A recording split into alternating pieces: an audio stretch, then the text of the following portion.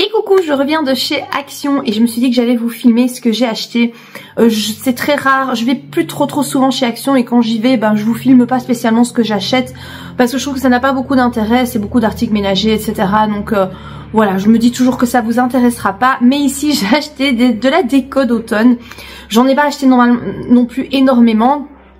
Mais voilà, j'avais vu sur des vidéos TikTok, etc. que la déco était rentrée. En France, ça fait un bout de temps qu'elle est déjà en rayon. Chez nous, en Belgique, ça vient seulement d'arriver. Donc il y avait encore pas mal de choses, pas tout ce que je voulais. J'avais vu des trucs sur TikTok que j'aurais bien voulu acheter, mais bon, il y avait plus.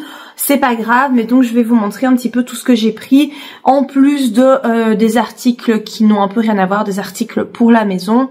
Voilà, je vais vous montrer en globalité ce que j'ai acheté. Je commence avec un article déco d'automne, c'est ce plat, donc qui est en forme de feuille. Je le trouve vraiment très beau et il est de très bonne qualité. Franchement, il est super beau. Ouais, il fait pas du tout bon marché. L'arrière est comme ça. Vraiment très joli. Il y avait trois coloris.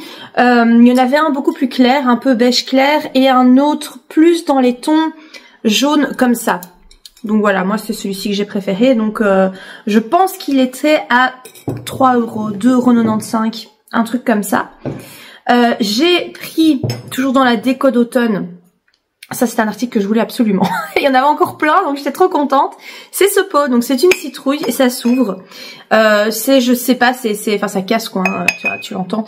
C'est de bonne qualité aussi. C'est un peu dans le même, ouais c'est la même matière. Je sais pas si c'est écrit, bon non c'est pas. Ouais, c'est marqué que c'est fabriqué en Chine, quoi, comme à peu près tout, mais sinon, je ne sais pas en quelle matière c'est, mais tu avais aussi d'autres coloris. Il y avait le même coloris que la feuille, plus foncé, et il y avait, je sais plus c'était quoi, je crois que c'était plus clair, le coloris qui avait le troisième. Moi, j'aimais bien celui-ci, à l'intérieur, donc c'est comme ça. Je le trouve super beau. J'étais trop contente de le trouver. Je crois que ça devait être aussi dans les 3 €. Je ne sais plus exactement. J'ai pris ça, je l'ai vu vraiment partout. C'est donc les 3 citrouilles empilées. Ça c'était 6,50 € je pense. Il y avait... il y a plusieurs coloris aussi. Moi je voulais absolument celui avec la petite citrouille blanche. Très contente de l'avoir trouvé. J'aurais bien aimé trouver les grosses citrouilles comme ça en laine bouclée. Il y en avait des blanches, j'aurais bien voulu en trouver une blanche, mais il y avait plus que des jaunes, mais un jaune qui fait pas automnal, que moi j'aime pas du tout, donc je n'ai pas pris. Voilà, il restait que ça et j'ai pas pris. Toujours dans la décoration d'automne, donc je crois que je vais vous faire ça, toute la déco d'automne, et puis je vous montrerai le reste. J'ai pris cette peluche. Oh, franchement, c'est trop mignon. Vous aviez aussi un champignon et une citrouille. Alors moi, j'ai préféré prendre la châtaigne ou le gland. En fait, je ne sais pas. C'est un gland, une châtaigne, on n'en sait rien. Mais enfin, c'est trop mignon parce que je trouve que les couleurs vont mieux dans mon intérieur. Le champignon, bah, il était blanc et rouge. Non, j'ai pas de rouge chez moi. C'est pas une couleur que j'apprécie forcément. La citrouille était très orangée, hein, c'est une peluche, c'est vraiment genre quelque chose pour les gosses. Et donc j'aimais pas trop, c'était trop orangé. Donc j'ai pris celle-ci et je trouve qu'en fait je vais le mettre au-dessus soit de mon petit fauteuil, soit je vais le mettre sur le grand divan derrière moi, je verrai bien. Mais voilà, je trouvais qu'il était trop chou, ça c'était 4 € je pense. Ils ont rentré 2 articles, enfin un article, mais vous l'avez en 2 sortes, de déco de Noël. Je sais pas pourquoi, d'ailleurs quand je suis passée à la caisse, le gars qui m'a scanné mes articles m'a dit ils ont déjà mis des trucs de Noël. Et donc je lui ai dit bah écoutez, c'est les seules choses qu'il y a, mais moi j'aime bien, donc j'ai déjà pris, tant pis si enfin c'est Noël, c'est dans 6 mois quoi, non pas 6 mois, 5 mois, c'est dans 5 mois, mais c'est les seules choses qu'il y a en fait, et donc tant pis, moi j'ai pris, hein. Ce sont des photophores comme ça en... Je ne sais pas si c'est de la porcelaine, mais en tout cas on dirait que c'est de la porcelaine. Et vous avez donc une petite lumière. Je ne l'ai pas encore activée. J'ai pas retiré le petit cache. Je me suis dit que j'allais attendre la saison de Noël, parce que de toute façon je vais rien en faire là maintenant. Je vais aller mettre ça dans mes caisses au grenier en attendant la saison. Et donc j'ai pris celle-ci avec l'église. Et en fait il y avait 2 modèles. J'ai pris celle-ci avec des maisons et des sapins. Elles se ressemblent très fort, hein. Franchement, c'est pas, t'as pas une grosse différence. Je crois que c'était 3 € aussi pour une. Elles se ressemblent très fort, mais voilà, moi j'ai pris les deux modèles. J'aime bien parce que moi j'ai des articles comme ça en porcelaine dans la maison qui restent toute l'année, que je mets pas que pour Noël. C'est des petites maisons que j'achète chez Dylan Camille. Tous les ans ils en ressortent de nouveaux modèles et je les achète à chaque fois parce que j'aime vraiment bien, et moi je les laisse dans ma déco.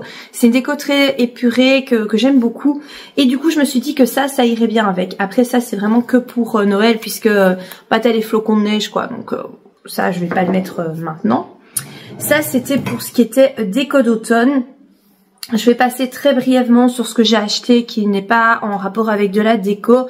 J'ai pris de la glu comme ça. Alors apparemment c'est de la glu qui peut coller un petit peu tout, et entre autres le tissu. Moi je l'ai pris pour coller du tissu, donc j'espère que ça va fonctionner. En fait je l'ai pris pour coller ça, donc c'est tout un... En fait vous avez attendez, c'est 1, 2... Vous avez 4 modèles de tissu par petit set. Et moi j'ai pris ça pour recouvrir mon cahier d'aquarelle. Donc c'est un Moleskine noir, vous l'avez déjà vu plein de fois. Il est très moche, je trouve ça vraiment pas beau, c'est noir, c'est tristounet, j'aime vraiment pas. Et donc j'aimerais bien le recouvrir, et j'ai trouvé ces petits tissus. Je sais pas du tout si c'est... Écoutez, je vais regarder en direct. Je sais pas si c'est grand ou pas. Je sais pas si ça pourra recouvrir tout le carnet. Je me suis dit que j'allais tester, et ben, si ça va pas, bon, tant pis quoi. Hein. Mais voilà la dimension que ça fait. Écoutez, il y a peut-être moyen. Il y a peut-être moyen que ce soit assez grand. J'espère. J'aimerais bien utiliser celui-ci pour mon carnet, la Moleskine. Et j'ai commandé un nouveau carnet puisque mon Moleskine va bientôt être terminé.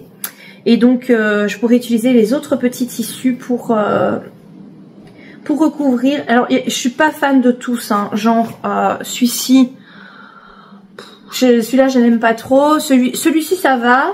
Celui-ci avec les petites fleurs, je le trouve sympa. En fait j'ai pris ce set essentiellement pour ce petit tissu là. Dans celui-ci, je vous montre, donc ça ce sont des tons un petit peu plus qui tournent vers le vert. Celui-ci je l'aime vraiment beaucoup, je le trouve très beau. Il y a celui-ci, donc c'est un peu le même principe que l'autre sauf qu'il est vert, ça j'aime bien. Les étoiles ici en violet, ça j'aime pas trop, et celui-ci j'aime bien aussi. Donc voilà, en gros il y a que les étoiles que je suis pas très fan, mais les autres tissus j'aime bien. Donc voilà, je crois que c'était 2,50 €, je sais pas si je vous l'ai dit, le set. J'ai repris un enrouleur comme ça pour le papier collant, parce que moi ma fille elle bouffe le papier collant. J'avais un enrouleur, elle me l'a chouré, et du coup je suis bien embêtée. J'ai repris des rouleaux pour aller avec. J'espère d'ailleurs qu'ils vont avec, parce que bah, j'ai pas essayé, et en fait ils étaient pas juste à côté de l'enrouleur, donc j'espère que ça fonctionnera. J'ai pris un rouleau de scotch comme ça en papier. Pour emballer les colis Vinted, c'est très efficace. Moi, j'utilise que ça.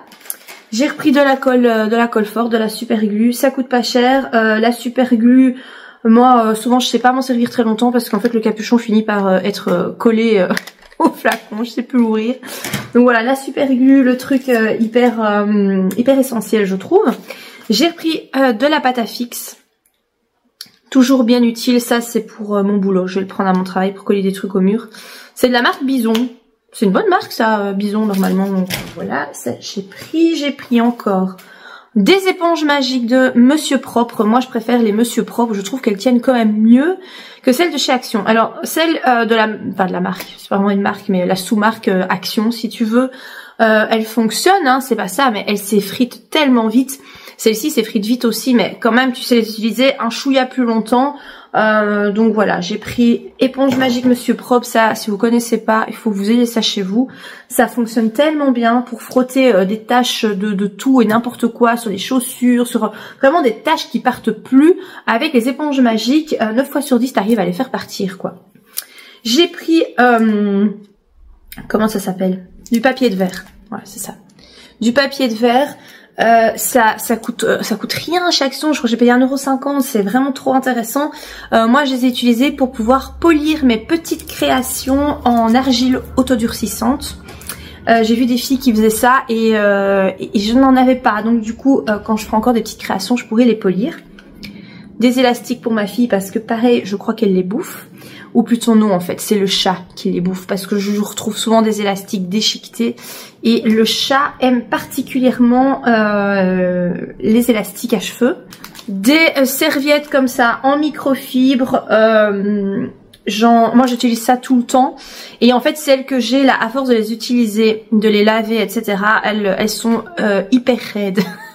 Donc en fait ça devient compliqué de les utiliser. En fait il y a un moment donné, moi je suis vraiment pour pouvoir garder les choses le plus longtemps possible, mais il y a un moment donné ça fonctionne plus bien, quoi, t'arrives plus à nettoyer correctement. Donc du coup j'ai repris un paquet et je vais jeter mes vieilles serviettes microfibres.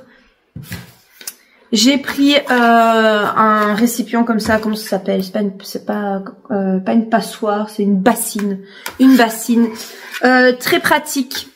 Quand les enfants sont malades, entre autres, et que tu suspectes un petit vomito, tu leur mets ça à côté de leur lit, c'est nickel. Moi, j'utilisais toujours un seau, mais c'est un seau, c'est gros, c'est pas pratique. Une bassine, je n'en avais pas, hein, voilà, je n'en avais pas. Ça fait 17 ans que je suis partie de chez mes parents. Et que je vis donc soit toute seule, soit avec quelqu'un, mais enfin bon, que je suis en tout cas à mon ménage, et je n'ai jamais acheté de bassine. Voilà, écoutez, après 17 ans... il n'est jamais trop tard, n'est-ce pas? J'ai repris du papier cuisson. Celui-ci est prédécoupé. Vous avez 33 feuilles. Ça, c'est un indispensable. J'utilise tout le temps. Je fais beaucoup de pâtisseries. J'essaye de faire de plus en plus les petits snacks, les petits goûters moi-même. Donc les pâtisseries, voilà, j'en fais énormément. Et les papiers cuisson, j'en utilise beaucoup. Et j'ai pris également du film comme ça pour le micro-ondes. Voilà. En fait, c'est parce que j'ai vu des recettes pour pouvoir faire au Cookéo, des recettes de gâteaux. Donc j'ai un moule en fait à gâteau que je peux mettre dans mon Cookéo pour faire cuire en fait avec de la vapeur. Donc c'est pas forcément, t'auras pas le côté croustillant comme un four, mais il y a des recettes qui me semblent super sympas. Mais en fait, il faut filmer avec donc un film qui supporte la chaleur et qui va pas fondre et foutre en l'air tout ton plat, quoi. Et du coup, j'ai pris ça parce que j'en avais pas. Alors, j'ai pris des cookies Milka. Ce truc, c'est une catastrophe culinaire. Je crois que c'est à 0/20 sur le site de Yuka. C'est une catastrophe. Ma fille en mange, c'est pour ma fille en fait. J'essaye de limiter. Je vous dis, je prépare de plus en plus de choses moi-même, mais voilà, de temps en temps, elle aime quand même bien en manger. Et pour le goûter aussi à l'école, alors oui, elle va pas rentrer à l'école tout de suite, hein, c'est dans un mois. Ouais, le 26, donc un peu moins d'un mois même. Oh, ça va trop vite. Donc l'école recommence et donc il lui faudra des goûters. Et j'ai pris 5 paquets. Pourquoi? Parce que chez Action, ça coûte 1,85 € et dans mon supermarché, ça coûte 4 € le paquet. Voilà. Faites le calcul. 4 € le paquet. Et franchement, t'as pas beaucoup de cookies dedans, quoi. Il fait combien de grammes cette merde? Je sais même pas combien ça fait de grammes. Qu'est-ce que c'est écrit? 156 grammes, ça coûte 4 € en supermarché. Là, j'ai pris 5 paquets et elle a intérêt à les faire durer longtemps. Et le dernier achat, le plus intéressant de tous, une poubelle. Voilà, poubelle. Il n'y avait pas 50 choix, hein. En fait c'était ça ou c'était rien. Voilà, il n'y avait que ça, les poubelles 15 litres. Voilà, il fallait une poubelle. Normalement je voulais une poubelle 20 litres, parce que mes petits sacs poubelles font 20 litres. Mais il n'y avait pas, il n'y avait que ça, 15 litres. Donc j'ai pris ça et de toute façon... je pense que ça conviendra, donc voilà. Voilà par rapport à tous les achats. Mes petites décos du coup d'automne. Écoutez, vivement l'automne ou pas, hein, parce que vivement l'automne est égal à le travail recommence. Et donc les journées à rallonge, compliquées, je ne suis pas pressée d'y retourner. Mais j'espère que ça vous a fait plaisir de voir un petit peu mes achats Action. Je sais que certains adorent ça quand je montre que j'achète chez Action. Du coup, j'espère que ça vous aura contenté.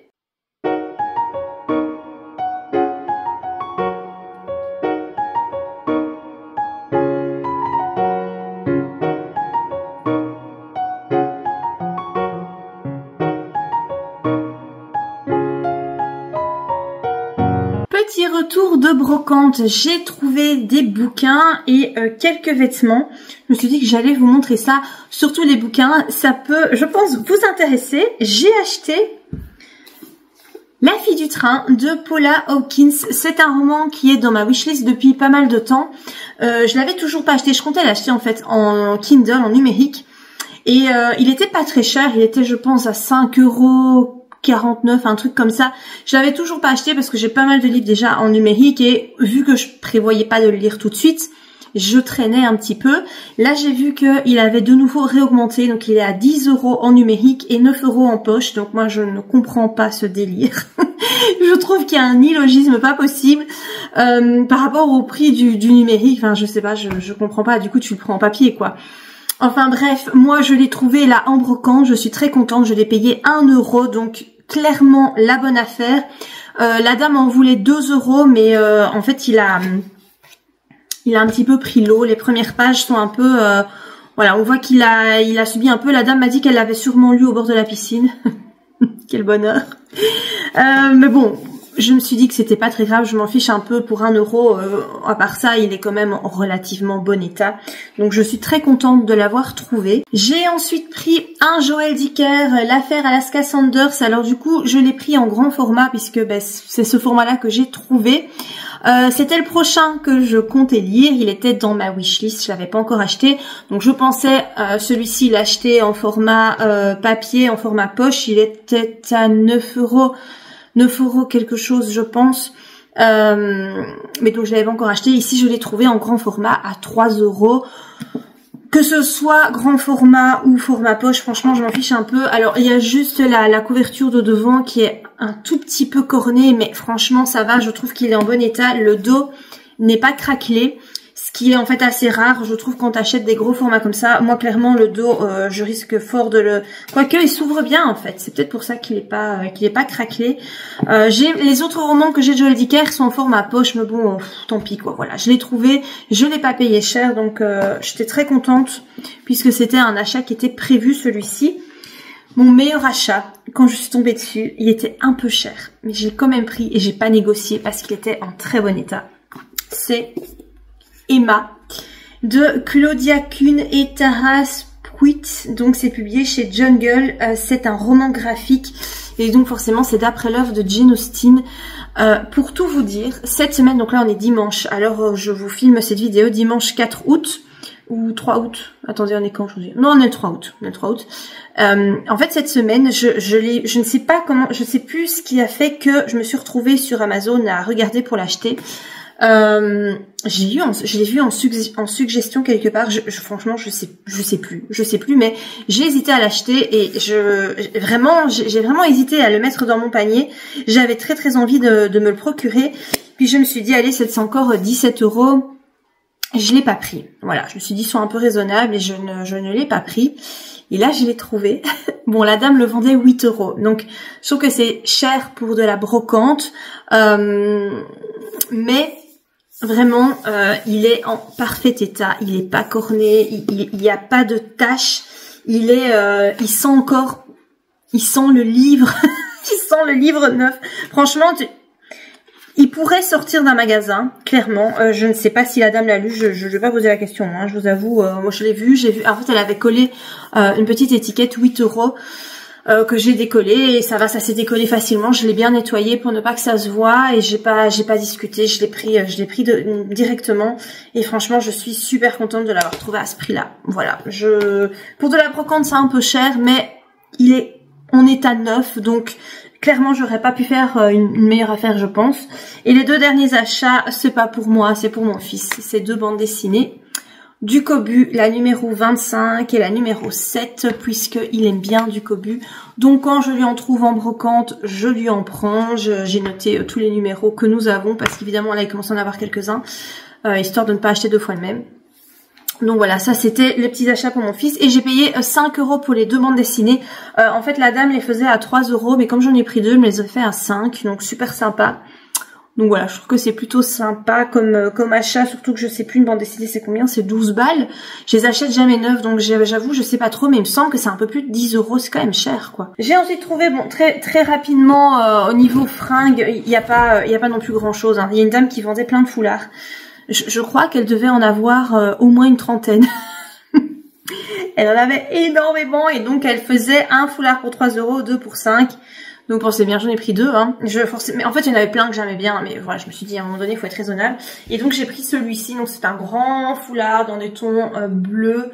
Il est très beau et en fait, il y a ce petit détail avec des petites pampilles un peu fluo. Je trouve qu'il est, il est hyper sympa quoi. Et franchement, je vais le laver hein, forcément, mais je trouve que, ils sont super bons, ils sont à la lessive. Moi, je trouve ça super agréable quand tu achètes des vêtements en seconde main et qu'en fait, ils sentent bon. Tu vois, voilà ce que ça pourrait donner. Bon, faut l'attacher un peu autrement, mais je le trouve vraiment très très joli. Et alors, j'en ai pris donc forcément, comme je vous le disais, un deuxième.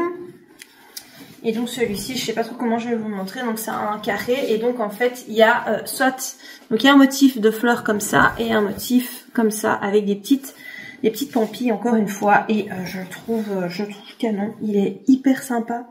Attendez parce que là ça fait un peu bizarre et il est hyper épais. Franchement il est trop beau. Faut bien l'attacher bien entendu, mais moi je le trouve trop joli des foulards. J'aime bien mettre ça quand t'es à la mi-saison parce que j'ai vite froid au cou. Je ne supporte pas sentir de l'air sur mon cou et j'ai l'impression que je tombe malade plus rapidement. Donc je mets très très souvent des foulards quand il fait plus froid. Et alors j'ai trouvé ce petit pantalon, c'est un Vero Moda. Voilà, c'est un pantalon avec taille élastiquée. Je trouve que c'est, vous savez, c'est des petits pantalons hyper fins. Hyper agréable je trouve quand il fait chaud, quand t'es en saison, tu sais il fait pas très beau dehors mais il fait pas froid, il fait genre 20 degrés. Moi ça quand il fait 20 degrés c'est nickel quoi. C'est comme je l'ai dit c'est un Vero Moda et la dame me l'a fait à 1 euro. Voilà. Vero Moda c'est quand même enfin c'est pas donné quoi, c'est pas non plus les vêtements les plus chers mais je trouve que ça a quand même son prix. 1 euro, le truc il est impeccable, voilà. C'était donc le dernier achat brocante du jour. Je vais aller laver tout ça. Je suis très contente de mes petits achats. Je vous retrouve plus tard pour la suite. Et coucou, je vous retrouve pour une petite séquence un peu particulière. Je vais répondre en fait à une question que l'une de vous m'a posée. En fait, je vous avais demandé si il y a des sujets que vous souhaitiez que j'aborde en vidéo, je vous avais dit que vous ne devez pas hésiter à demander en commentaire. Et il y a une de vous qui m'a demandé de parler d'ongles et plus particulièrement de ce que je fais moi sur mes ongles. Voilà, je suis pas sûre que ce sujet va intéresser tout le monde, ni beaucoup de monde. Écoutez, si vous en avez rien à faire de la façon dont je m'y prends pour faire mes ongles, écoutez, passez à la séquence suivante. De toute façon, je fractionne mes vidéos vlogs, donc c'est pas un souci. Vous pouvez passer à la suite. Mais voilà, apparemment il y a un intérêt pour ça, donc je vais essayer d'expliquer ce que je fais sans entrer trop dans la technique parce que je vais pas vous faire une démonstration de comment je fais mes ongles, mais peut-être vous montrer ce que j'utilise. Et elle me demandait aussi ma vision par rapport à ça, par rapport au fait de se faire les ongles. Alors je ne savais vraiment pas qu'il y avait un intérêt pour ça. Je suis hyper étonnée, mais écoutez, pourquoi pas. Je me rends compte aussi que moi parfois je regarde des vidéos et je me dis que j'aimerais bien que la fille sur la vidéo aborde certains sujets et elle n'en parle pas parce que je crois que ça paraît logique pour elle, ou alors en fait elle y pense tout simplement pas. C'est peut-être le cas ici aussi pour moi, donc je vais vous montrer ça. Donc en fait moi je fais mes ongles en semi-permanent, je le fais toute seule et j'ai commencé à le faire, je pense que c'était en 2022 ou alors en 2021, c'était peut-être en 2021. Je pense que c'est en 2021 que j'ai commencé à faire mes ongles moi-même. Donc jusqu'en 2020, jusqu'en fait au Covid. J'ai arrêté au moment où il y a eu le Covid puisqu'on pouvait plus aller chez les esthéticiennes, etc. ont dû fermer. Je faisais mes ongles chez une prothésiste ongulaire et comme j'ai dû rester 1 mois et demi, 2 mois avec le vernis semi-permanent, ça devenait dégueulasse, donc j'ai tout enlevé moi-même, j'ai coupé au fur et à mesure et puis ça s'est décollé, enfin voilà, j'ai enlevé.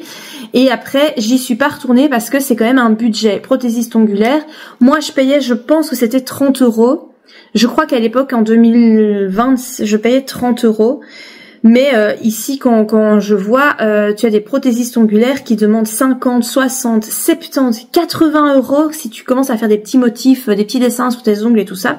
Je ne juge pas ces prix, je ne sais pas, je ne suis pas du tout du métier, je sais pas ce que ça peut leur coûter en produits, machin, tout ça, j'en sais rien. Donc je suis pas là pour juger, mais moi très clairement, je ne peux pas me permettre de mettre ça toutes les 3 semaines. C'est beaucoup trop, et même 30 € en fait... ça me faisait mal de mettre ça toutes les 3 semaines. Surtout que moi, mes ongles poussent quand même assez vite. Et en fait, là, le fait de le faire moi-même, c'est-à-dire que toutes les 2 semaines, je change de vernis. Vu que j'ai tout à la maison, je sais faire moi-même. Je n'ai besoin que de 1 heure et demie, c'est plus 1h30, même si maintenant je vais beaucoup plus vite depuis le temps que je le fais, mais on va dire 1h30 pour devoir faire mes ongles. Au moins je ne dois pas sortir de chez moi, je le fais quand j'ai du temps, et c'est toujours c'est toutes les 2 semaines. Je le fais d'office toutes les 2 semaines, ce qui me permet de ne pas me lasser non plus du vernis et d'avoir toujours une manucure relativement impeccable. Alors je dis pas que je le fais aussi bien qu'une prothésiste qui a suivi une formation. Pas du tout, mais je pense que franchement, quand je compare avec des copines qui vont chez une prothésiste ongulaire, je trouve que ce que je fais n'est vraiment pas mal, c'est pas moche, c'est pas mal fait. Après, moi, je ne sais pas faire les dessins, parce qu'en fait, je tremble trop. Et donc, du coup, quand il faut faire des traits précis, j'arrive pas à le faire. Pourtant, je sais peindre, hein, donc je sais dessiner, je sais peindre, mais je sais pas s'il faut être trop... ma main tremble trop en fait, je parviens pas à le faire, donc je fais toujours assez basique. Donc c'est-à-dire que je mets une couleur, parfois je mets un effet pour que ça soit plus brillant, qu'il y ait des paillettes, etc. Donc là par exemple, vous voyez, là j'ai mis des paillettes sur ce doigt-là, et au niveau du pouce, j'ai mis des paillettes, c'est tout ce que je fais pas de dessin. Mais donc voilà, et alors donc là, je vais vous montrer en fait, ouais, je vais essayer de parler peut-être de ce que je pense du fait de se faire les ongles en même temps que je vous montre. Donc vu que ça fait quand même un peu plus de 4 ans maintenant que je me fais les ongles, j'ai quand même investi dans du matériel pour aller plus vite, et entre autres dans une ponceuse. Au début je le faisais sans ponceuse, donc dès que je voulais changer mon vernis, je limais. Ça me prenait un temps de malade, et après quelques mois je me suis dit allez c'est bon, ça fait chier, achète-toi une ponceuse. Je l'ai acheté sur Amazon, je sais plus combien je l'ai payé, il me semble que c'était 80 €. J'ai pas pris la plus chère, j'ai pas pris la moins chère non plus, donc en fait ça se présente voilà comme ça. Mais vous avez les boutons avec la vitesse ici pour faire tourner ton truc, là t'as l'appareil, et tu mets en fait les embouts qui sont ici, j'en ai acheté certains en plus. T'as des embouts pour donc retirer le vernis, il y a des embouts à cuticule aussi pour que vraiment ton contour d'ongle soit nickel avant de poser ton vernis.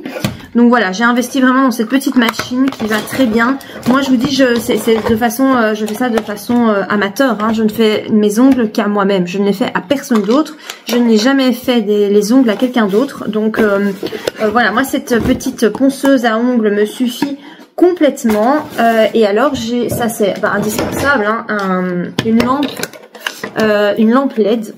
Donc voilà, celle-ci je l'ai trouvée sur Amazon aussi, je pense que je l'ai payée 30 €. J'ai vraiment pas pris une lampe chère parce que je me suis dit en fait on s'en fout un peu du moment qu'elle fait le job. Et donc c'est une lampe à LED et pas à UV, parce que UV c'est pas très bon pour la peau. Je suis pas sûre que LED ce soit génial non plus, hein. Mais voilà, vous avez en fait avec différents timers ici. Donc moi j'utilise toujours le 60 secondes. Je mets toujours posé, dès que je mets une couche de vernis sur mes ongles, je mets 60 secondes en dessous de la lampe. Et donc là dedans c'est tous mes produits, tous mes vernis, tout ce dont j'ai besoin pour faire mes ongles. Alors comment j'ai appris, peut-être que ça pourrait vous intéresser de savoir comment j'ai appris, puisque je n'ai fait aucune formation. Alors déjà avant j'allais faire mes ongles chez une prothésiste. Je l'ai fait quand même pendant quelques mois, hein, facilement 1 an et demi je crois, peut-être 1 an. Non, je pense 1 an et demi. Donc vu que j'y allais toutes les 3 semaines, je voyais comment elle faisait. J'ai compris en fait au fur et à mesure les étapes qu'elle faisait. Et puis quand j'ai acheté les produits, j'ai regardé des tutos en fait.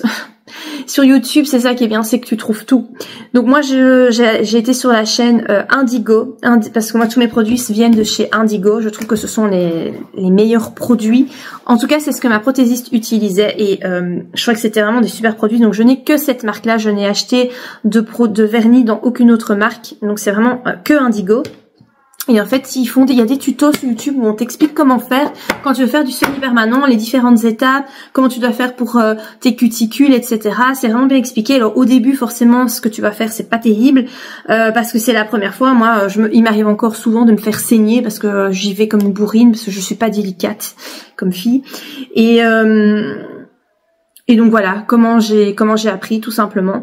Donc l'indispensable, c'est les petits cotons comme ça, puisque tu dois nettoyer tes ongles, etc. Je vais pas vous faire un cours, hein, mais c'est vraiment pour vous montrer vite fait. Les limes à ongles, hyper importantes. Et alors en fait, ben voilà, moi j'ai tous les vernis comme ça. Indigo, j'en ai plein, je sais pas combien j'en ai, j'en ai avoir une trentaine je crois. Donc c'est vraiment que les produits Indigo, donc la base, les vernis, le top coat à mettre à la fin. Je n'ai que cette marque là. Voilà, pour vous en montrer encore. Donc ça c'est un violet. Ça c'est celui que j'ai mis par exemple là, rose quartz. Voilà. Et alors ce qui est bien chez Indigo, c'est que dans les premiers vernis qu'ils avaient, le capuchon donc était comme ça, mais après ils ont changé, ils ont fait en fait tu sais dévisser là au-dessus, et ce qui te permet de mettre la couleur. Et du coup c'est beaucoup plus facile pour repérer. Bon, je vous montre, voilà, c'est tout ce que j'ai quoi. Vous voyez, j'ai de quoi faire. Il y en a pour une petite fortune quand même, hein, parce qu'un vernis, je crois que c'est 10 €. Donc voilà, j'en ai quand même pour un certain budget là-dedans. Mais là, ça fait un moment que j'ai plus rien acheté parce qu'en fait, j'ai plus ou moins toutes les couleurs. Après, t'as différents sous-tons, mais bon, je me dis, voilà, tu vois, t'as du rose, enfin, j'ai plus de rose parce que c'est vrai que c'est une couleur que je mets beaucoup, j'aime bien. Mais par exemple le rouge, j'ai deux rouges. J'ai un rouge un peu classique que j'adore. D'ailleurs c'est une de mes couleurs préférées, c'est Vampirella. Il est trop beau. Et j'en ai un avec des paillettes pour la période de Noël et c'est tout. Et celui-là il s'appelle Fat Santa et enfin je crois pas qu'on verra qu'il y a des paillettes, mais bref c'est un rouge avec des paillettes que je ne mets que quand c'est la période de Noël. Et dans cette petite boîte, j'ai tout du... Hop là, ça se casse la gueule. J'ai tout du matériel, un peu de nail art, mais je vous dis, j'utilise pas puisque ça, la seule chose que j'utilise vraiment, c'est genre, attendez, elles sont où? Les paillettes. Voilà, par exemple, là, ce sont les paillettes que j'ai mises. Des paillettes comme ça, parce que c'est très facile, en fait, à mettre. Il faut pas des compétences de malade pour utiliser ça. Et alors, j'ai aussi des effets comme ça pour faire effet sirène. Et ce que j'ai acheté sur Amazon, ça c'est le seul produit que j'ai pas pris sur Indigo, c'est pour faire l'effet comment ça s'appelle, glacé. C'est un effet glacé sur les ongles, c'est un effet que j'adore, c'est mon effet préféré. C'est celui que je fais le plus souvent et en fait c'était un petit kit comme ça sur Amazon. Vous en aviez plusieurs et en fait ces petites poudres fonctionnent tout aussi bien que celles de chez Indigo parce que j'en ai aussi de chez Indigo, mais que tu payes plus cher. Ça s'appelle Glamour Effect chez Indigo. Voilà. Qu'est-ce que je peux vous montrer d'autre? J'ai acheté aussi, ça j'utilise de temps en temps, mais je vous avoue que je maîtrise pas bien le truc et souvent ça fait un peu dégueulasse sur les ongles. Parfois j'y arrive, parfois c'est pas beau. J'ai acheté des stickers en fait. Des stickers pour mettre sur les ongles. Je change un peu mon bordel. Voilà. Donc là, je les ai tous mis dans une petite pochette comme ça. J'en ai acheté plein. J'avais fait une commande sur Amazon et voilà, j'en avais acheté quand même pas mal. Et donc, ce sont des petits stickers. Là, par exemple, mais je sais pas si on verra forcément très bien. C'est des petits stickers sur le thème d'Halloween. Et alors, j'ai acheté vraiment d'autres choses. Voilà, tu vois, tu mets ça sur tes ongles et... c'est pour éviter de devoir dessiner, puisque je vous dis, moi, je sais, j'y arrive pas. Dessiner, j'y arrive pas. J'ai aussi des petits motifs plus pour l'hiver. Et je vous dis, j'ai déjà utilisé, j'en ai déjà mis, mais le problème c'est que comme c'est un collant, ça fait une épaisseur sur l'ongle et je n'arrive pas toujours à enlever cette épaisseur. Et après, ben, j'ai des risques de décollement, j'ai des fleurs aussi. Voilà, c'est assez joli. Là, j'ai encore des stickers plus pour Halloween. J'avais acheté mais vraiment toute une série de stickers et au final je les utilise pas des masses parce qu'en fait c'est du chipot. Moi quand je fais mes ongles il faut que ça aille vite. 1h30 devant moi, j'ai pas souvent 1h30 devant moi à rien faire entre guillemets, donc j'aime bien quand c'est rapide, donc c'est pour ça que je passe pas mon temps à essayer de faire des dessins, des machins, des trucs et de devoir recommencer. Non, ça me gave. Donc je pense que voilà, pour mon matériel, c'est à peu près tout. Ce qui fonctionne, évidemment, c'est la pratique. Hein. Si voilà, moi, c'est à force de le faire sur mes ongles, maintenant j'arrive à le faire vraiment sans problème.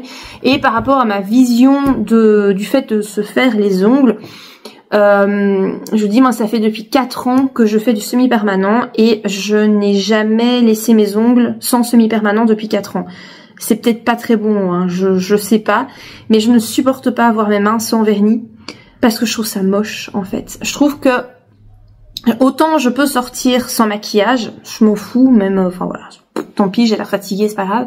Mais les ongles, je trouve qu'en fait ça fait hyper soigné et ça fait, pour moi c'est quelque chose de très féminin et ça fait juste propre. Tu sais, quand t'as des ongles vraiment bien faits, avec une couleur genre ici le rose, pour moi ça fait ongles propres, ongles soignés et je trouve ça joli. Moi je suis secrétaire de direction, donc je passe ma vie devant un ordinateur à taper.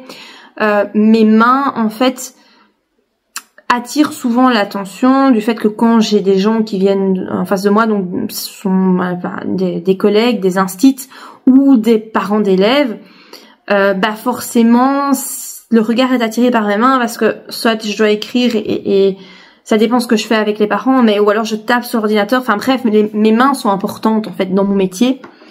Et du coup, voilà, je sais pas, moi j'aime bien. Après, ça me choque pas quand quelqu'un n'a pas ses ongles faits. Enfin, je veux dire, je m'en fous. Moi, chacun fait ce qu'il veut. Mais je sais pas, je trouve que j'aime bien. Et par contre, du vernis classique, je n'en mettais jamais parce que sur moi ça ne tient pas. J'en mets, le lendemain, j'ai déjà des morceaux qui sont enlevés, enfin bref, c'est pas possible parce qu'en fait je ne suis pas quelqu'un de très soigneux et de très délicat. Donc moi avec mes ongles, parfois tu sais je gratte mes casseroles, des trucs comme ça avec mes ongles.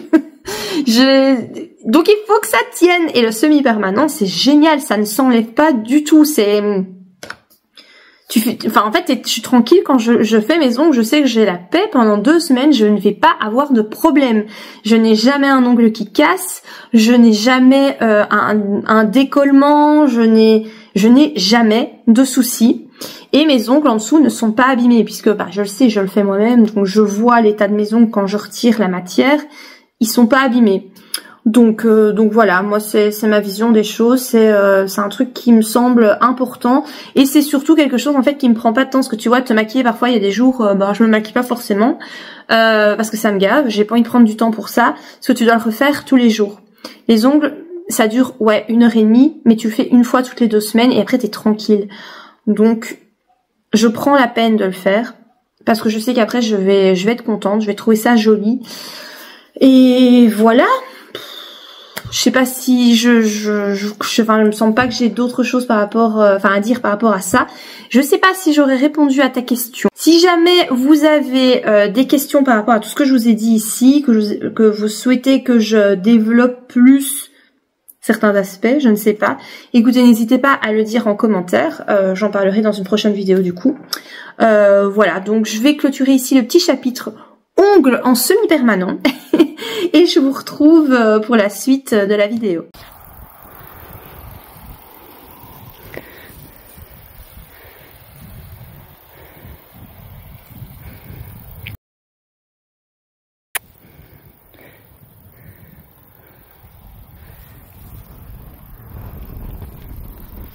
Petit point lecture, ça fait longtemps que je vous ai plus parlé des livres que je suis en train de lire. Donc en fait j'en ai terminé un. J'ai lu Rendez-vous avec la justice, donc c'est le tome 9, des détectives de Yorkshire, donc de Julia Chapman, donc c'est publié chez La Bête Noire. En fait je vous en ai pas parlé parce que c'est un 9e tome, donc c'est hyper compliqué de pouvoir vous en parler. Vu que on est déjà très très loin dans la saga, je pense, il reste un seul tome là. Et je pense qu'après c'est terminé, je sais pas si elle compte encore en publier ou pas. Mais en tout cas on arrive tout doucement à la fin. Donc c'est pour ça que je vous en ai pas vraiment parlé. Ce 9e tome était génial, tout comme le reste de la série. Franchement, c'est une série qui ne s'essouffle pas, qui ne me paraît pas trop longue. L'enquête principale qu'on suivait depuis le tome 1 s'est clôturée dans le tome précédent, donc dans le tome 8. Donc ici, on recommence avec, on va dire, il y a plus d'enquête fil rouge. Ça, il y a une enquête dans ce roman-ci, mais elle se clôture à la fin de ce roman. Donc on n'a plus de fil rouge. Donc c'est ça que je me dis que, on sent que voilà, c'est presque terminé au niveau de la saga. C'était hyper sympa, mais bon, je vais pas vous en parler beaucoup plus vu que c'est le 9e tome, hein, vous l'avez bien compris, je vais arrêter de me répéter. Et donc après celui-ci, j'ai commencé un Michel Bussy, Rien ne t'efface, que j'avais acheté, j'ai acheté il y a pas longtemps, dans une brocante, et en fait il me fait super envie. Du coup je l'ai commencé. Il a été publié, attendez que je trouve l'année de publication, c'est pas son dernier, hein. Il a été publié en février 2021, donc ça fait quand même 4 ans et demi, mais franchement j'adore, je suis à fond dedans pour le moment. Je trouve que il est hyper intriguant. On va suivre comment elle s'appelle, attendez, Maddy, qui est donc médecin. Elle a un fils, Esteban, qui est tout pour elle. En fait, ils ne sont que tous les deux. Il n'y a pas de papa. Et Esteban a 10 ans. Et en fait, le jour de ses 10 ans, il disparaît. Donc, ils vivent au bord de la mer et ils sont habitués tous les matins à aller au bord de la mer. Quand les vagues le permettent, ils vont nager. Et là, ce jour-là, c'est le jour de son anniversaire à Esteban. Les vagues sont un peu trop fortes et donc la maman lui dit de ne pas aller nager. Et le gamin, bah voilà, il est assez obéissant, donc il y a pas de souci, il dit ok. Et puis il décide de remonter à l'appartement. Et en fait, la maman a l'habitude de donner 1 € à son fils pour qu'il aille acheter une baguette. Et le temps qu'elle remonte à l'appartement, se douche et prépare le petit déjeuner, bah Esteban a le temps d'aller chercher la baguette, de remonter. En gros, ça lui prend 5 minutes à tout péter, quoi. Et en fait, là, quand elle sort de la douche, elle se rend compte qu'Esteban n'est pas rentré. Et en fait, il a disparu. Sur la plage, il y a encore sa serviette et son sweatshirt. Et en fait, il est introuvable. Il est pas... donc les pompiers vont chercher dans la mer, etc. Et vraiment avoir des fouilles. Impossible de retrouver le gamin. On ne sait pas ce qui s'est passé. Et après... Donc ça, c'est vraiment dans le chapitre 1 qui est très court. Enfin la première partie plutôt, et on se retrouve 10 ans plus tard. Et donc on voit ce qu'est devenu Maddy, donc toujours aucune nouvelle d'Esteban, on l'a jamais retrouvé, on ne sait pas ce qui s'est passé. Et il va y avoir un lien avec le principe des vies antérieures. Je m'attendais pas du tout à trouver ça. Alors moi je suis très réceptive, hein, parce que les vies antérieures, j'y crois à fond. J'ai déjà eu des preuves de certaines de mes vies, etc. Donc vraiment, moi les vies antérieures, je ne suis pas une personne à convaincre, si vous voulez. Ça me parle beaucoup. Et en fait là, elle va, donc 10 ans après la disparition de son fils, elle va retourner sur cette plage, puisque bon, elle a déménagé entre-temps, etc. Pensez bien que le traumatisme fait que ça a été compliqué pour elle, hein. Et 10 ans après, donc elle y retourne. Et quand elle est là sur cette plage, donc le jour pile poil 10 ans après la disparition de son fils, elle retombe sur un petit garçon qui ressemble comme 2 gouttes d'eau à son gamin. Il porte le même short de bain. Il a vraiment une apparence physique très similaire à son fils. Et ce qu'elle va faire, c'est que tous les jours, elle va aller sur la plage pour regarder ce petit garçon. Et bon, voilà, elle va un petit peu fouiller dans les affaires tant qu'elle ne regarde pas. Elle va trouver l'identité de la maman et elle va déménager là où vivent le petit garçon et sa maman. Et donc c'est là où j'en suis. Donc on part en Auvergne. Et donc elle devient médecin dans un petit village. Enfin voilà, je sais qu'en France vous avez beaucoup ce problème-là. Nous en Belgique c'est pas quelque chose c'est pas un problème qu'on a vu que le pays est tout petit. Mais je sais qu'en France, comme le pays est très grand et qu'il y a beaucoup de petits villages très isolés, ça arrive souvent qu'en fait le médecin du village finit par prendre sa retraite et que vous n'avez plus de médecins et que c'est très problématique. Donc plus de médecins pour la population qui reste là.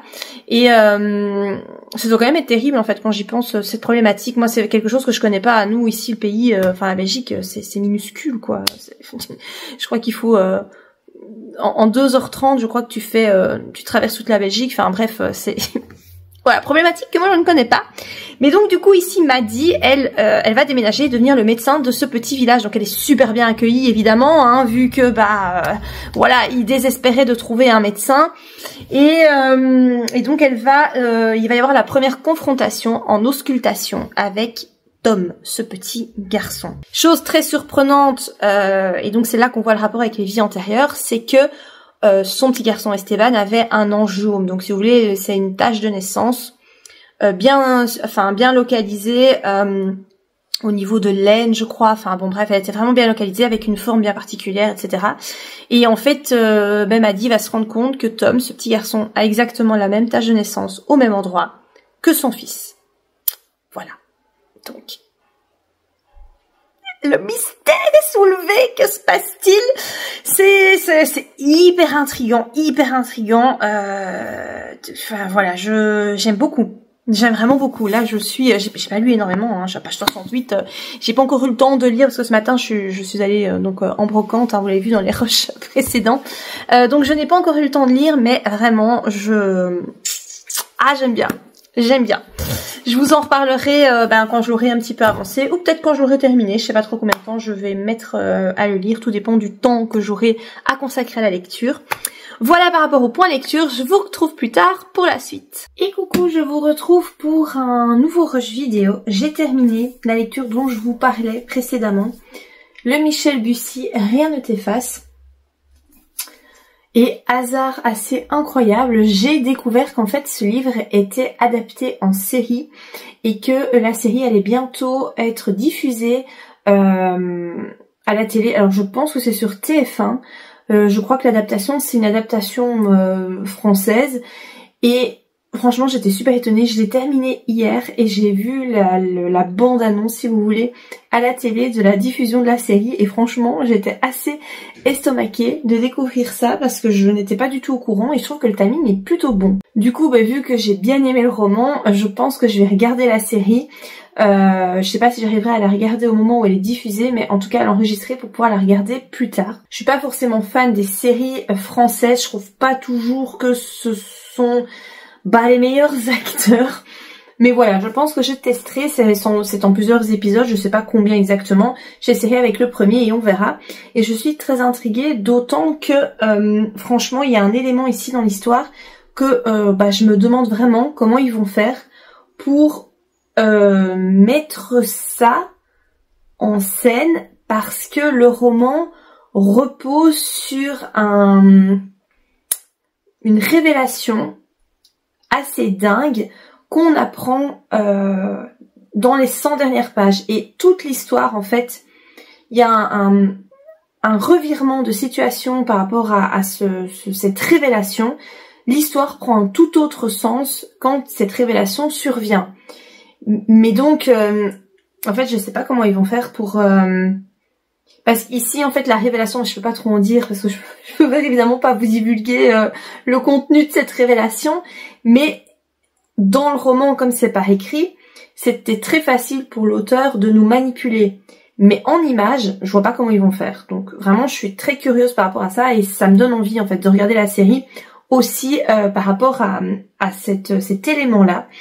Pour vous parler donc de l'histoire, je pense que je vous avais déjà un petit peu résumé dans le rush précédent. En globalité, donc je vous disais, j'ai bien aimé l'histoire. Franchement, j'étais à fond dedans. Je trouvais qu'il y avait du rythme, qu'il y avait du suspense. Je voyais pas où l'auteur nous emmenait. Et vraiment, je vous dis, je vous avais raconté qu'on parlait des vies antérieures, puisque le petit garçon de Maddy, elle est persuadée que son petit garçon s'est réincarné. Et il y a tout des passages comme ça sur les vies antérieures, où il est marqué, voilà, en fait il y a plusieurs parties, hein. Et donc vous avez premier âge, deuxième âge, troisième âge et quatrième âge. Il n'y a pas de cinquième, non, c'est ça.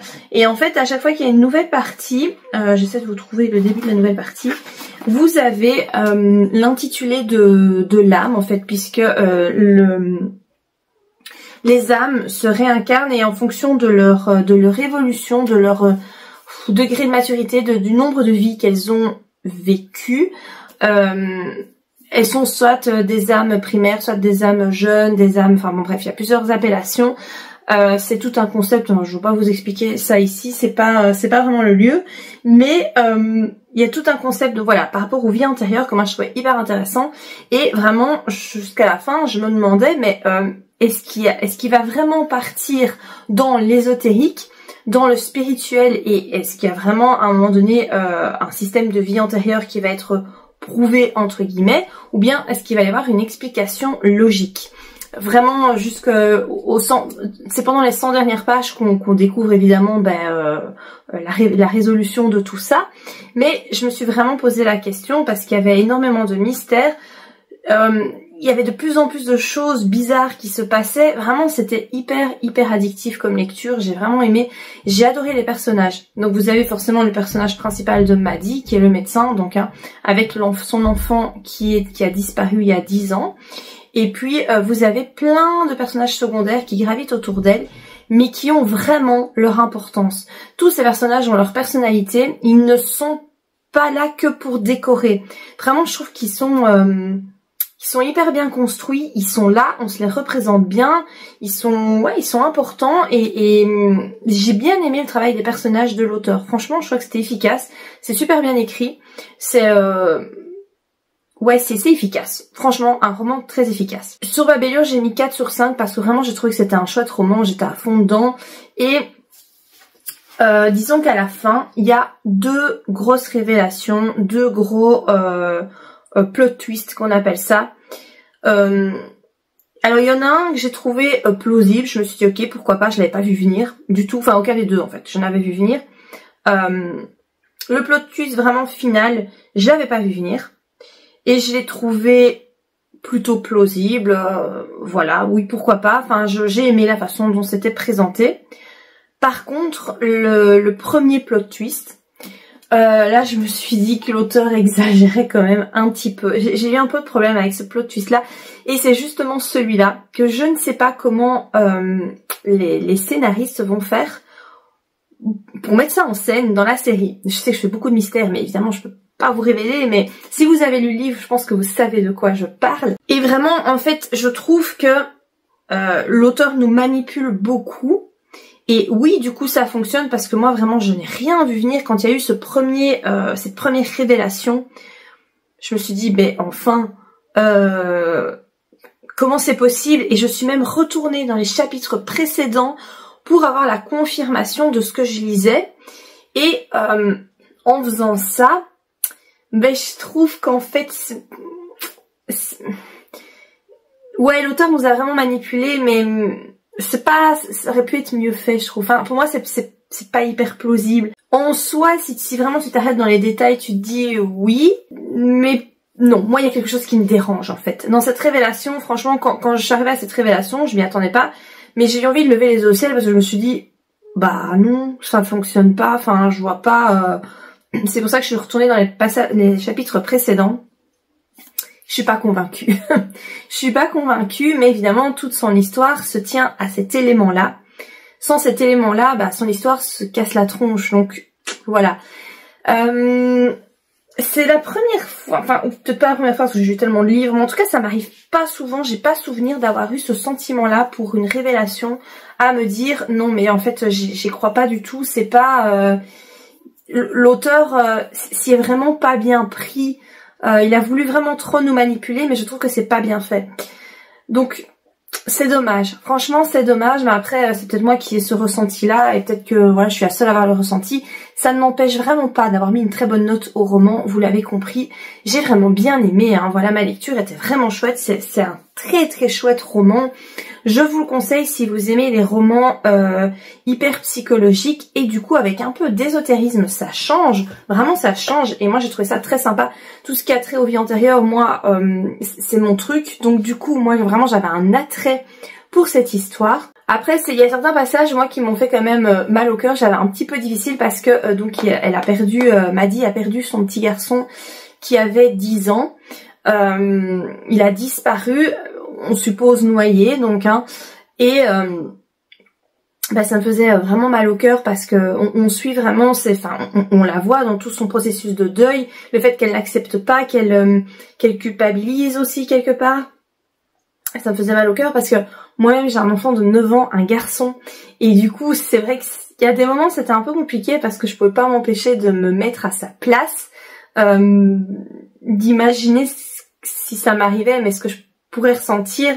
Et voilà, quand ça touche aux enfants, c'est toujours un peu compliqué, je trouve, enfin pour moi, hein, voilà, je parle de moi, mon ressenti. Quand ça touche aux enfants, c'est toujours très difficile pour moi la lecture, parce que voilà, c'est le fait d'être maman en fait, d'être maman jusqu'au bout des ongles, et voilà, c'est un peu compliqué. Après, voilà, il n'y a pas de choses glauques dans le roman, dans le sens où il n'y a pas de ou d'inceste, ce genre de thèmes qui pour moi sont vraiment très rédhibitoires dans les romans. Pas du tout. C'est juste voilà une maman face à la disparition de son enfant, et bah ça fait mal au cœur, et les émotions sont bien retranscrites.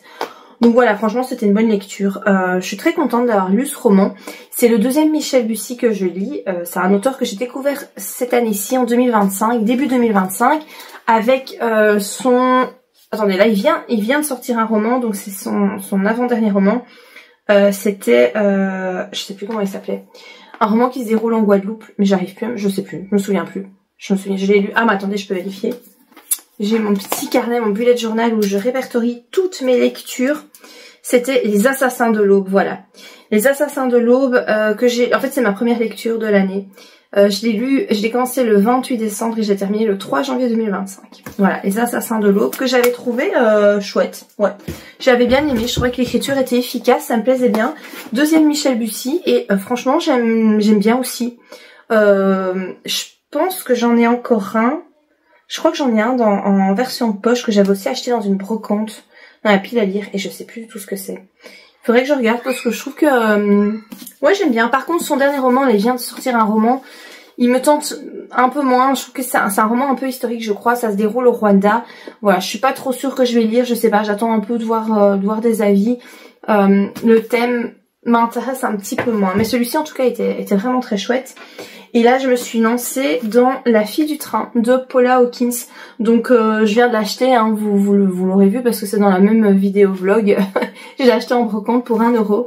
Et en fait, c'est un roman dont on a beaucoup entendu parler. Il a eu énormément de succès, c'est vraiment un best-seller. Et en plus, il a été adapté en film que je n'ai pas vu non plus. Et voilà, je me suis dit que c'était le moment de le découvrir. Il a tellement fait parler de lui, il a tellement plu, il y a tellement de bons avis. J'avais envie. C'est un thriller encore une fois psychologique. Et franchement j'aime bien. Je suis à la page 118 sur 450 pages environ. J'avance assez rapidement. On va suivre en fait deux femmes, Rachel et Megan. Et donc en fait c'est pas à la même période. Donc si vous voulez, Rachel on est en 2013, Megan on commence en 2012. Rachel est une femme qui a pas mal de soucis, entre autres un souci très important d'alcoolisme. Vraiment, voilà, c'est compliqué pour elle à ce niveau-là. Elle prend le train tous les jours pour se rendre à Londres, et en fait tous les jours elle passe devant les mêmes maisons.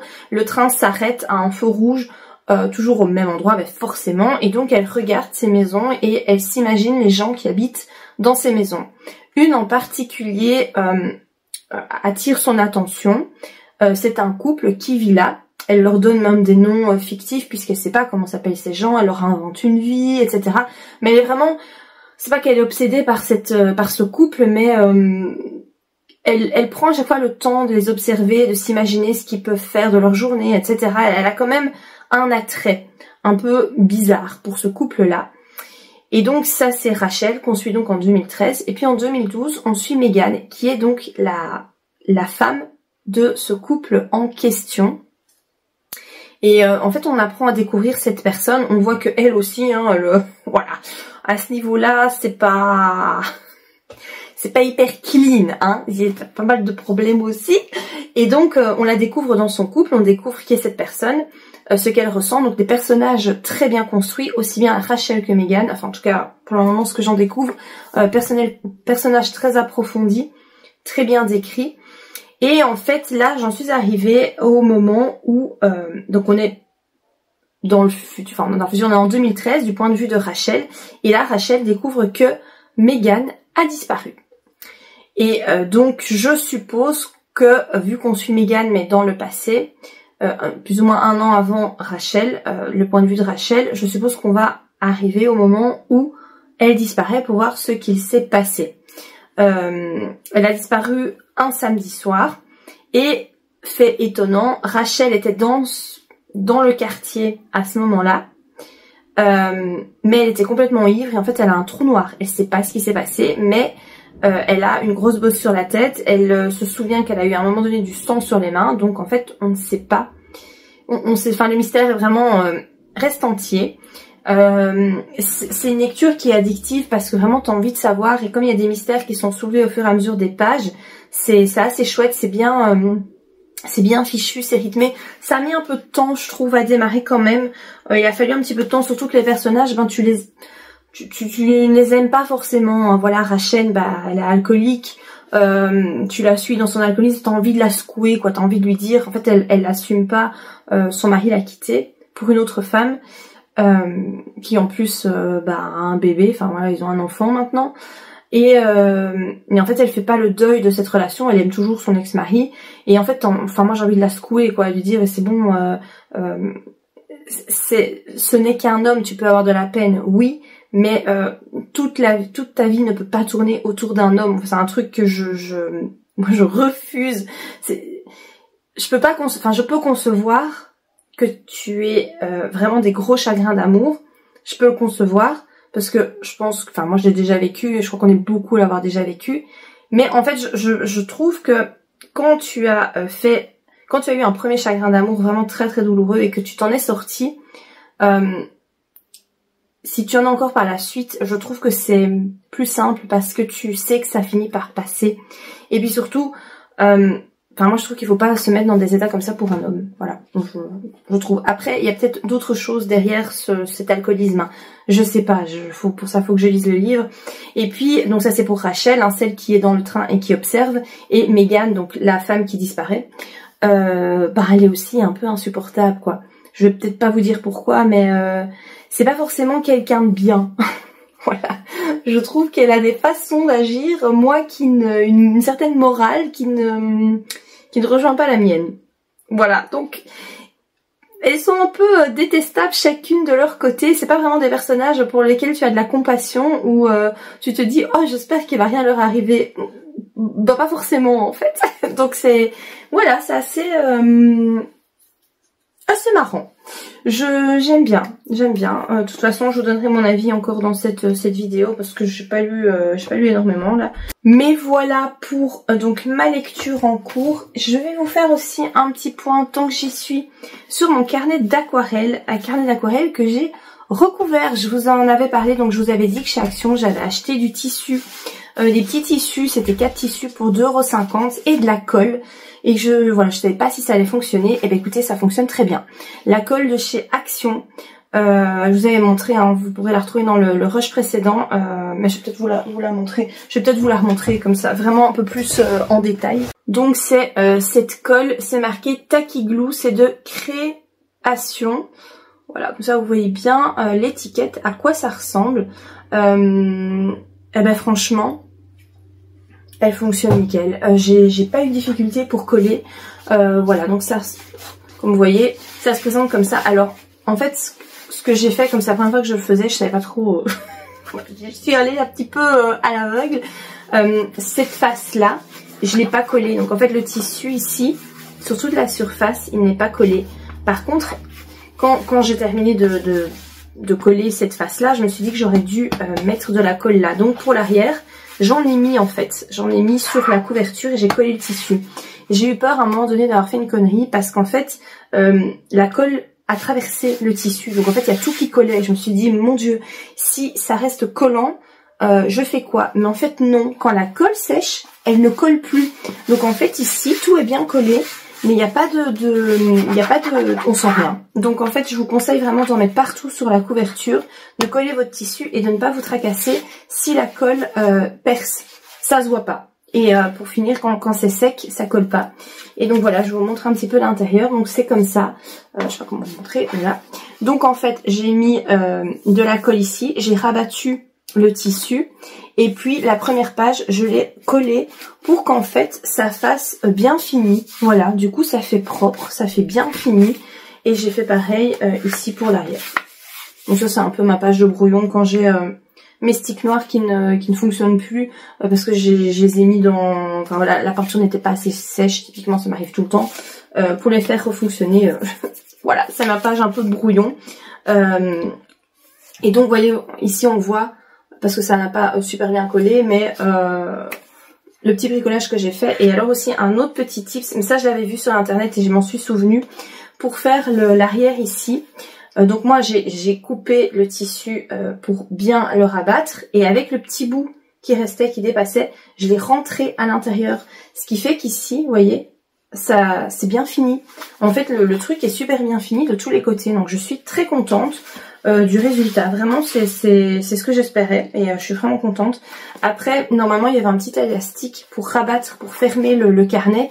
Bah j'ai dû le retirer parce que je savais pas comment faire. Ou alors il aurait fallu que je reperce et que enfin voilà, je voyais pas trop comment faire. Je me suis dit que ça allait être du chipot, j'avais pas envie de m'ennuyer avec ça.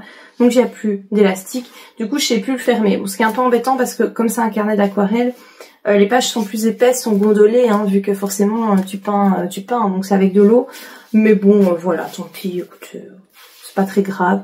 Là il me reste plus des masses de dessins à faire. Il me reste 1, 2, 3, 4, 5 dessins. Donc il me reste 5 pages vides. J'avais espéré, mon but c'était de terminer ce carnet durant mes congés, de le finir pour pouvoir commencer un autre carnet. J'avais vraiment ce but là. Je vais pas réussir à le finir parce que là il me reste que 2 jours de congé, samedi, dimanche. Et lundi je reprends le boulot. Je vais pas avoir le temps de faire 5 dessins sur 2 jours, d'autant que j'en ai commencé un et je l'ai pas encore terminé. Donc je pense que demain je le terminerai. Par rapport au dernier dessin que j'ai fait, je sais plus où j'en étais arrivée. Est-ce que je vous avais... Ça je crois que je vous avais montré, que je vous avais fait, j'avais peint une fille devant la mer qui attend on ne sait pas quoi, mais qui attend. J'ai peint cette porte dont je suis assez fière. Franchement je trouve que bah, j'ai bien réussi. Je trouve qu'elle donne super bien, encore plus de loin forcément, mais... J'aime bien le rendu, j'aime bien l'effet que ça donne. J'ai peint ça. Ça c'est un pont, donc je suis allée je vous mettrai la version originale, la photo que j'avais prise. Je suis allée en randonnée du côté de Huy. Et en fait j'avais fait une photo du pont, c'est un pont romain. Donc en fait il y a une voie romaine, donc c'est très très vieux. Et le pont a été refait hein, récemment. Et en fait je trouvais que c'était très joli et je l'ai peint. Et je suis assez contente du résultat, je trouve que ça donne bien. J'aime surtout l'effet de l'eau. Je pensais pas que ça allait rendre aussi bien. Voilà, je trouve ça sympa. J'ai fait ici à côté, donc j'ai fait un petit, comment dire, un petit travail sur le tilleul. Voilà, avec les feuilles, comment les feuilles se présentent. Puisque j'aimerais bien planter un tilleul dans ma prochaine maison quand je déménagerai. Et donc j'ai un petit peu vu comment ça se présentait, comment étaient les feuilles, etc. Et puis pour combler la page, j'ai fait cette petite peinture. Donc ceux qui connaissent Orgueil et Préjugés, le film, auront peut-être reconnu la scène. Hein, c'est avec Elisabeth Bennet. Voilà. J'aime bien ce que ça donne. Franchement, je suis assez contente. Je trouve que d'avoir peint comme ça énormément durant mes vacances, je trouve que je me suis vachement améliorée sur peu de temps. Vraiment, il n'y a pas à dire, c'est la pratique qui fait tout. Pratiquer, ça fait vraiment évoluer. Et alors la dernière peinture que je voulais vous montrer, c'est celle-ci. Celle-là est pas finie, elle est en cours, c'est celle que je dois terminer. Elle est pas finie, je sens qu'elle va être belle. Je suis assez contente de ce que j'ai fait pour jusqu'à présent. Mais celle-ci, voilà, celle-ci je voulais vous la montrer. C'est en fait, ça vient d'un petit challenge que j'ai trouvé sur Instagram. Le petit challenge, c'était en fait, donc il y avait une illustratrice qui avait fait un dessin. Il fallait reprendre son dessin en se l'appropriant avec notre propre style. J'ai trouvé que c'était hyper intéressant comme façon de faire. Là c'était donc un personnage, c'était une petite fille. Je suis pas trop habituée à peindre des personnages, hein, c'est pas du tout ma zone de confort. Mais voilà, je me suis dit allez, faut tenter. Et donc j'ai représenté, normalement c'était un oiseau qui tient une feuille, moi j'ai fait une chèvre, parce qu'en fait j'ai voulu représenter ma fille avec sa chèvre, puisque ben elle a une chèvre, hein. Et en fait je suis assez contente. La peinture, il y a du doré dans la peinture, mais je crois que... Ah si, ça se voit. Ouais, avec les reflets, on peut voir. J'ai utilisé de la peinture, de l'aquarelle dorée, mais je trouve qu'elle est pas terrible. C'est de l'aquarelle qui vient de chez Couleur VF.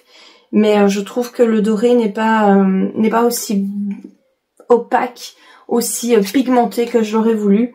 Après, voilà, comme on voit, ça se voit quand même, hein, mais bon, il faut pouvoir incliner, si vous voulez, la page d'une certaine façon pour voir les reflets, ça saute pas aux yeux. Donc voilà, je suis assez contente de ce que j'ai fait, je trouve ça super mignon. Et quand je l'ai montré à ma fille, elle s'est tout de suite reconnue. Donc, je pense que c'est plutôt bien réalisé, puisque en tout cas c'est hyper réaliste puisqu'elle a réussi à se reconnaître et à reconnaître sa petite chèvre. Donc voilà, par rapport à ce que je voulais vous montrer, point de vue aquarelle et point de vue livre, je crois que c'est tout. Je vais vous laisser ici pour ce rush et je vous retrouve plus tard pour la suite. Et coucou, je suis ravie de vous retrouver pour ce dernier rush vidéo, donc ce sera le dernier de ce vlog. Je suis toute brillante, c'est la canicule, il fait mourant de chaud, il fait 34 degrés dehors, je n'en peux plus. Je me motive quand même à faire cette vidéo parce que je voudrais clôturer ce vlog, et là j'ai 2 lectures à vous présenter, j'ai fini 2 livres. Donc vraiment je me dis qu'il est temps, donc je prends sur moi, hein, voilà, je dégouline mais c'est pas grave, je prends sur moi. Je voulais donc vous parler de ce roman, je vous disais, je pense que je l'avais commencé dans le rush précédent, donc La fille du train de Paula Hawkins, livre que j'ai acheté donc en brocante tout récemment pour 1 €. C'est un roman qui a fait beaucoup parler de lui. Il a été adapté en film, tout ça. Je n'ai pas vu le film et le livre, voilà, je m'étais jamais décidée à le lire. Je pense qu'il est paru, il me semble que c'est 2015. J'avais regardé avant de me lancer. Oui, c'est 2015. Donc en fait, il a quand même 10 ans. Ça fait quand même un bout de temps. Franchement, je l'ai trouvé pas mal, mais c'est pas non plus un roman incroyable. Je pense je trouve qu'il y a bien mieux, des romans qui sont bien mieux que ça, dont on ne parle pas. En fait, j'ai un peu du mal à comprendre la hype qu'il y a eu, le délire qu'il y a eu par rapport à cette histoire, parce que bien que le roman soit chouette, c'est pas non plus un truc de malade, moi je trouve. C'est en fait un roman qui me fait très fort penser à ce que fait Lisa Jewell. Si vous aimez Lisa Jewell, voilà, pourquoi pas tenter celui-ci de Paula Hawkins. Par contre, je préfère Lisa Jewell, voilà. Ouais, je préfère Lisa Jewell. Mais ici, on est vraiment dans un thriller psychologique, mais aussi domestique. C'est-à-dire que c'est pas un thriller sanglant, glauque. Enfin, il y a des trucs glauques quand même, mais je veux dire, c'est pas sanglant, quoi. On va donc suivre 3 femmes, Rachel, Megan et Anna. Rachel est une femme qui prend le train tous les jours pour se rendre à Londres. Et elle a pour habitude de regarder, quand le train s'arrête au feu rouge, les maisons du quartier, là où le train s'arrête. Et elle se prend d'affection et un petit peu d'obsession aussi, il faut bien le dire, pour une famille. Un couple, hein, il n'y a que l'homme et la femme. Elle va même leur donner un nom à chacun, un nom fictif puisqu'elle les connaît pas, leur inventer une vie, etc. Vraiment voilà, elle va broder toute une histoire autour de ces personnes-là. Donc ça c'est pour Rachel. On suit également Megan qui est donc la femme de ce couple qui est donc observée par Rachel. Et puis il y a Anna. Anna c'est la femme de l'ex-mari de Rachel. Je pense que je vous ai déjà parlé de Megan et Rachel dans le rush précédent il me semble, mais Anna je vous en avais pas encore parlé parce qu'en fait ce personnage n'était pas encore apparu dans l'histoire au moment où je vous avais filmé le premier rush vidéo. Ce qui va arriver c'est que Megan va un jour disparaître. Un jour Rachel va constater qu'il y a un autre homme avec Megan et que elle embrasse cet homme. Donc elle comprend que Megan trompe son mari. Ce qui la déçoit fortement puisque elle portait vraiment ce couple au nu. Pour elle c'était vraiment le couple parfait qui semblait hyper bien s'entendre, qui était vraiment hyper amoureux. Et plus surprenant encore, c'est que le lendemain où elle aperçoit cette relation donc adultère, Megan disparaît. Rachel va donc essayer de comprendre ce qu'il se passe, d'autant qu'il y a des souvenirs un peu bizarres qui lui reviennent en mémoire. En fait, Rachel est alcoolique. Et elle a fréquemment des pertes de mémoire à cause de l'état dans lequel elle se met. Et la nuit de la disparition de Megan, elle se trouvait dans la rue, dans le quartier où vit Megan, mais pas seulement Megan. On apprend aussi que son ex-mari, qui s'est donc mis en couple avec Anna, vit pas loin du couple Megan-Jason. Il y a donc beaucoup de secrets, beaucoup de mystères qui nous sont révélés petit à petit. J'ai trouvé que c'était peut-être un poil long. Disons qu'en fait, les passages qui concernent Rachel sont les plus importants, donc c'est vraiment ce personnage-là qu'on suit le plus. La psychologie des personnages est vraiment très très fort développée, donc vraiment ouais, tous les personnages sont bien développés, que ce soit donc nos trois femmes qui sont les personnages principaux, mais également leur mari. Après voilà, moi j'ai trouvé que ces trois personnages femmes étaient assez détestables. En fait, j'ai pas ressenti de compassion ni d'empathie pour ces personnages parce que je les aimais pas. Je trouve qu'en fait elles ont toutes des caractéristiques qui sont assez détestables. Rachel, elle est alcoolique et en fait c'est juste enfin moi j'ai du mal à avoir de la tolérance par rapport à ça. Du coup elle m'énervait tout simplement, elle m'énervait. Par rapport à Megan, elle a une façon de voir la vie qui ne me convient pas. Et par rapport à Anna finalement, disons que elle a quand même volé l'homme d'une autre femme. Plus on en apprend sur elle, moins en fait je l'apprécie et moins je trouve que c'est quelqu'un de bien. Donc j'ai pas aimé les personnages, je n'ai aimé aucun des personnages. Donc en soi je m'en foutais un petit peu de ce qui leur arrivait parce que j'avais pas vraiment peur pour eux vu que je les appréciais pas. Du coup la lecture c'était un peu bizarre quoi. Par rapport à ce niveau-là, par rapport à l'intrigue, ça se tient jusqu'à la toute fin. Voilà, j'avais pas deviné ce qui allait se passer, donc ça c'est un très bon point. Voilà, je vous dis, je trouve que le rythme est peut-être un petit peu long. On est beaucoup trop dans la tête de Rachel et franchement, ce qui se passe dans sa tête, c'est très chiant. Ouais, c'est très chiant. Elle ressasse tout le temps par rapport à son ex. Elle ne pense qu'à boire. Vraiment, l'alcoolisme est très important dans ce roman.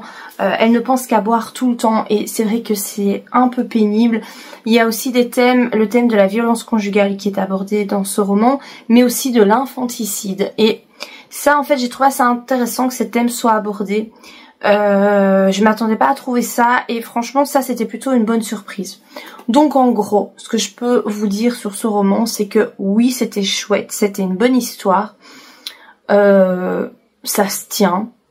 Franchement j'étais contente d'y revenir à chaque fois, j'étais dedans quoi. Je trouvais que il y avait du suspense, c'était assez addictif. Mais voilà, en matière de thriller psychologique domestique, moi c'est pas le meilleur quoi. Voilà, j'ai lu d'autres choses avant celui-là qui me semblaient mieux. Mais voilà, je me demande en fait si je vais pas regarder le film. Je sais pas si on peut le trouver sur Netflix. Parce que du coup ça complète très bien, je pense, ma lecture. Je sais pas. À voir. Mais en tout cas voilà pour mon avis sur ce roman. Et alors le deuxième roman dont je voulais vous parler, c'est une lecture que j'ai faite en numérique, donc j'ai pas de livre papier. C'est Paternoster, mais je sais plus qui est l'autrice. Julia quelque chose. Je n'ai pas retenu, mais je vous mettrai de toute façon, la couverture sera là, donc vous pourrez voir le nom de l'autrice. C'est un livre que j'ai envie de lire depuis super longtemps et en fait j'ai attendu de le trouver pour pas cher en numérique. Donc il y a eu l'opération All Star et je l'ai trouvé pour 2 €. Du coup je l'ai pris et j'ai eu envie de me lancer. J'avais envie d'une lecture assez courte parce que mine de rien La Fille du Train c'était quand même un roman qui faisait 450 pages, c'est pas un tout petit roman. J'avais envie de quelque chose qui allait assez vite, pas trop long, et donc je me suis tournée vers celui-ci et en fait c'est pas du tout ce à quoi je m'attendais et j'ai pas trop aimé. Sur Babelio, je lui ai mis 2 sur 5. Au début, en fait, j'aimais bien, donc j'étais prise dans l'histoire. Vraiment, je l'ai lu très très vite parce que je trouvais qu'il y avait un côté addictif. J'avais vraiment envie de savoir ce qui se passait et je ne voyais pas où l'autrice nous menait. Donc vraiment, j'avais cette addiction, cette envie d'y retourner pour connaître vraiment le fin mot de l'histoire. Et puis finalement, quand la fin est arrivée, je me rends compte que je ne suis pas sûre d'avoir compris. Oui, en fait, je suis pas sûre d'avoir compris la fin. Et je trouve ça pas clair et pas très décevant. En fait, moi, je suis vraiment déçue par ce roman. En En fait, donc pour voilà, vous expliquer ce roman, on va suivre Dana, qui est française, mais d'origine algérienne. Et ça, je crois que l'autrice le répète peut-être 20 fois dans le roman. Elle insiste vraiment très fort là-dessus. Et donc Dana va rencontrer lors d'une soirée un garçon, Basile.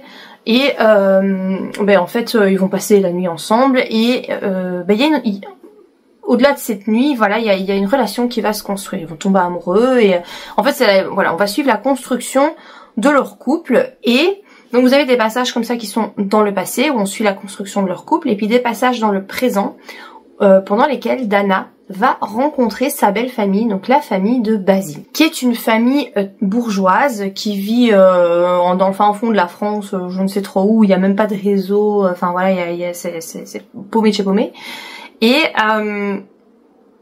en fait Basile essaye, enfin ça fait des mois que Basile la prépare, enfin des semaines plutôt, parce que ça fait pas des mois qu'ils sont ensemble, ça fait même pas un an. Ça fait des semaines que Basile la prépare à cette rencontre.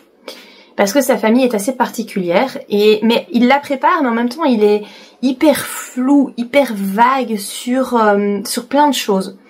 Donc on se doute bien qu'il va y avoir quelque chose qui va se passer lors de cette rencontre pour Dana.